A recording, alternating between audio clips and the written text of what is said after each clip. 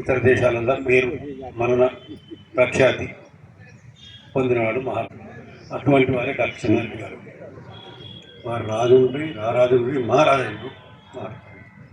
So అటువంటి వారు నుంచి పెద్ద పెద్దలు హనుమంతరావు గారు మాట్లాడారు, రామచంద్రరావు గారు మాట్లాడారు, వేరే కృష్ణమోహన్ గారు అందరూ చాలామంది మాట్లాడారు, నిరంజన్ గారు మాట్లాడారు.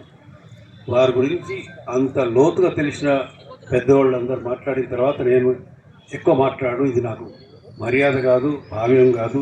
వారి గురించి ఏ మాట తప్పు మాట్లాడినా కూడా it's reflection on my own personality, my own culture and my own. ఇవాళ రేపు చాలామంది రీడర్ ఇష్టం వచ్చినట్టు మాట్లాడుతున్నారు. సభ్యత లేదు, సంస్కారం లేదు, చదువు లేదు, ఏం లేకుండా అన్ఫార్చునేట్లీ ఆ సంస్కృతి ఆ సంస్కారం నా దగ్గర లేదు కాబట్టి నేను మాట్లాడలేను. Thank you very much. God bless and I wish all the very best. మా రవీంద్ర ఉన్నాడు, మా శశిధర్ ఉన్నాడు, మధునమ్మల్ ఉన్నారు, ఫ్యామిలీ మెంబర్స్ అందరు ఉన్నారు. వారందరికీ నేను ధన్యవాదాలు ఈ అవకాశం ఇచ్చాను. Thank you so much. చివరిలో మన పెద్దలు దత్తాత్రేయ గారు మాట్లాడక ముందు మాజీ ఎమ్మెల్యే బీజేపీ సీనియర్ నాయకులు ప్రేమ్ సింగ్ రాథోడ్ గారిని మాట్లాడవచ్చు.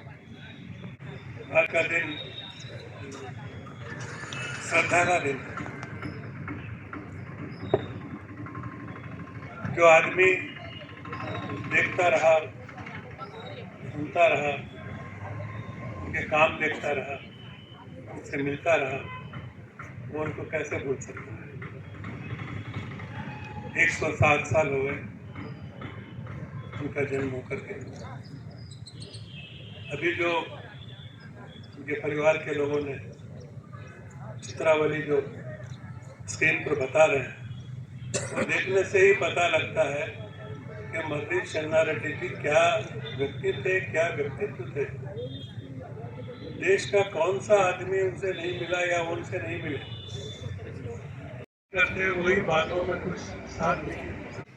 कोई गली में चले जाओगा, किसी छोटे लीडर से कार्यकर्ता से बात करो,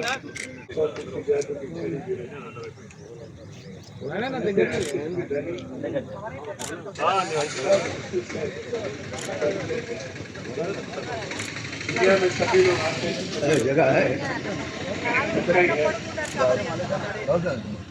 जब कोई जन्म लेता है, छोटा बच्चे का जन्म होता है, उनकी बंद होती है।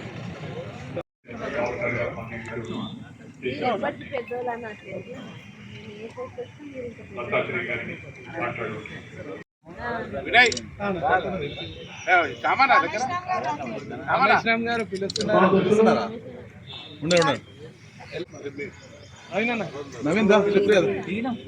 డివిజన్ రోడ్లో స్వామి చిన్మయానంద స్వామి యొక్క ప్రసంగం జరుగుతుంది భగవద్గీతలు.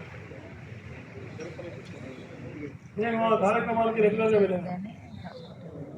కానీ నేను వెళ్ళిన రోజున చిన్నారెడ్డి గారు ముఖ్య అతిథి అవసరం. నేను అనుకున్నాను, ఎందుకంటే అప్పుడు చిన్నారెడ్డి గారి గురించి పత్రికల్లో రకరకాలుగా రాస్తాను, అనేకమైన విషయాలు అనేకమైన రకరకాల రాస్తాను. కానీ నేను అక్కడ అనుకున్నాను, చిన్నారెడ్డి గారికి రావడం నుంచి ఇక్కడ స్వామీజీ ఉన్నాడు, స్వామీజీ కూడా ఈయన మాట్లాడేది ఏంటి,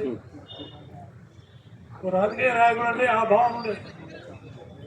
కానీ చిన్నారెడ్డి గారు ఆ రోజు భగవద్గీత మీద మన భారతీయ సంస్కృతి మాట్లాడిన తర్వాత అనిపించింది, ఇది పర్ఫెక్ట్ స్పిరిచువల్ జెంట్ల్మ్యాన్ అని నాకు మనసారా అనిపించింది అని మీకు మనం చేస్తాను. చాలా బాగా అంటే అంత అద్భుతమైన వ్యక్తి. అంటే రాజకీయాల్లోనే కాదు, ఆధ్యాత్మిక స్పిరిచువాలిటీలో చాలా బాగున్నాయి. భక్తి ఉన్నది. మెడిసిన్ దగ్గర ఇప్పుడు సాయిబాబా. ఇంకో విషయం ఏంటంటే, వెనకట దేశంలో వేదాలు జీవించి ఉన్నాయంటే అది వేద విద్య ఏ విధంగా దాన్ని పెంపొందించాలనేటువంటి అంశాన్ని చాలా ప్రఖ్యాతిగాంచినటువంటి వేద పండితుడు ఉప్పులూరి గణపతి శాస్త్రి గారి వాటితో సంప్రదించి వేదం నేర్పించేటువంటి వారికి ప్రత్యేకమైనటువంటి గుర్తింపు కలిగేటువంటి విధంగా నేర్చుకున్నటువంటి వారికి స్టైపెండ్ ఇచ్చేటువంటి కార్యక్రమం చేస్తే ఈ మధ్యకాలంలో చాలా మంది మర్చిపోయినారు. కానీ ఒక 20-30 సంవత్సరాల నాడు ఈ విషయాన్ని ఏ దేవాలయానికి పోయినా ఈరోజు వేదాలు జీవించి ఉన్నాయంటే ఇది చెన్నారెడ్డి గారి వలన అని చెప్పి వాళ్ళు చెప్పేటువంటి వారని మనం చేస్తూ, అదేవిధంగా ప్రభుత్వం కామన్ ఫుడ్ ఫండ్ను ఏర్పాటు చేసి ప్రతి గ్రామంలో కూడా దేవాలయాన్ని నిర్మాణం పూర్తిగా జరగాలని చెప్పి కామన్ గుడ్ ఫండ్ నుంచి నిధులు ఇప్పించేటువంటి కార్యక్రమాన్ని మొదలుపెట్టి దాన్ని పెద్ద ఎత్తున ప్రోత్సహించినటువంటి విషయాన్ని, ఇంకా అనేక దేవాలయాలను అభివృద్ధి చేసినటువంటి దాంట్లో భద్రాచలం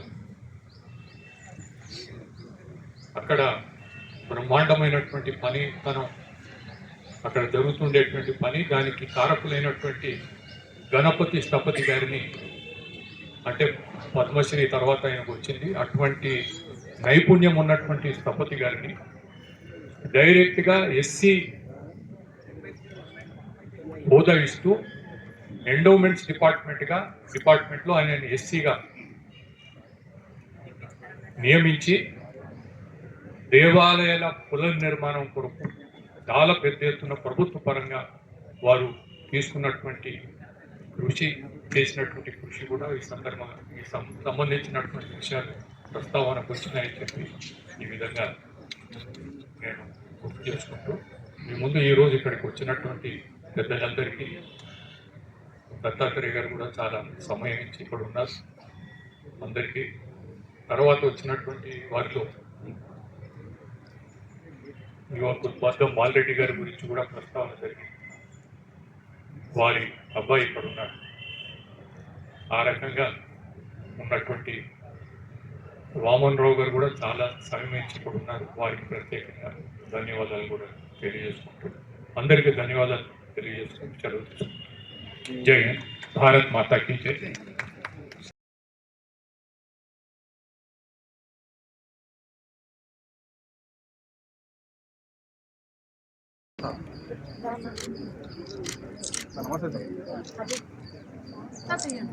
తెలియని విషయాలు